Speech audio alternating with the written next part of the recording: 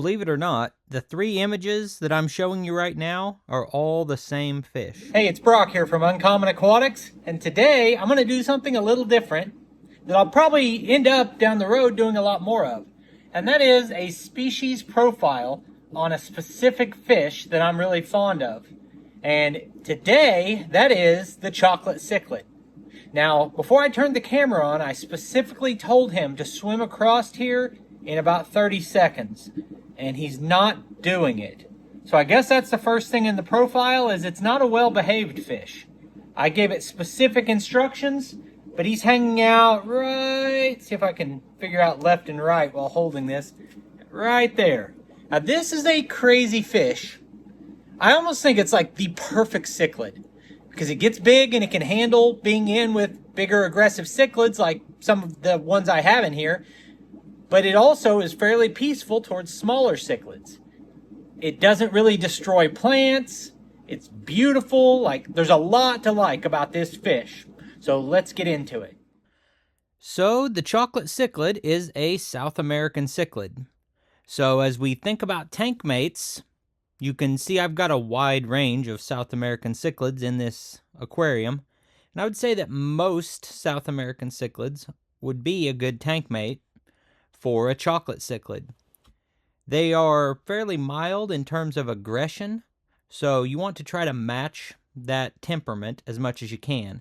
So I would say ideal tankmates would be Oscars and Severums that are a little bit more mild-mannered, but I haven't had any problems with him holding his own in this aquarium that has a Texas cichlid and a Midas cichlid and a green terror.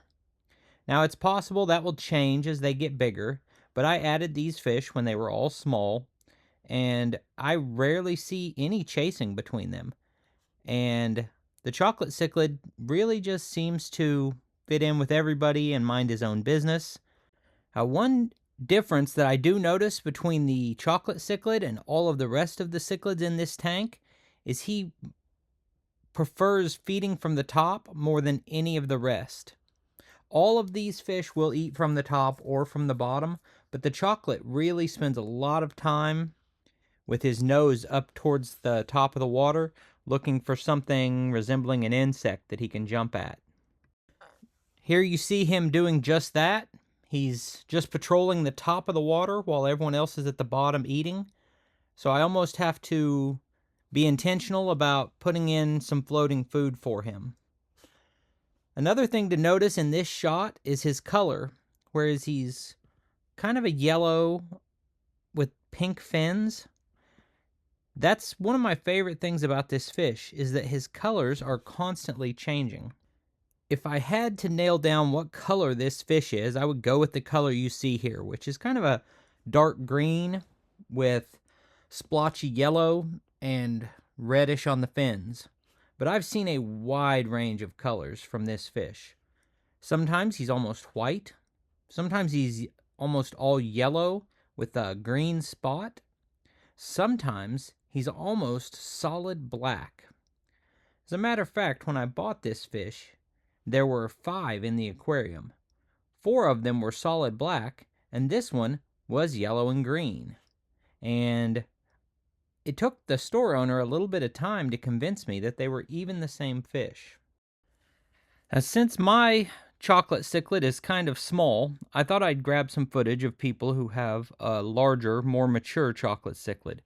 This footage here came from the Cichlid Bros, and I'm sure most of you who watch my channel are familiar with the Cichlid Bros, but if not, you should definitely check them out. They've got so much great information, and honestly just beautiful tanks and beautiful fish.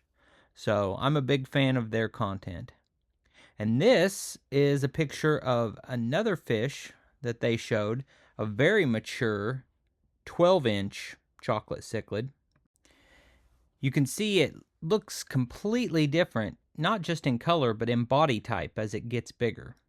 Personally, my philosophy on fish keeping is not to chase water parameters and find fish that will do well in your normal water parameters. This fish is going to like a 7.5 to 5.5 pH, and water temperature around 76 to 80 degrees, like most other South American cichlids. For other tank mates, you could go with catfish, plecostomus, bichires, really anything that is going to fit in the right size range, because most fish will eat any other fish that can fit in their mouths. And this is a fish that gets pretty big, at 10 to 12-inch max size in the average aquarium. All right, well, I appreciate you taking time to watch the video. I'll put links on the screen to a couple more of our videos, and I'll see you next time.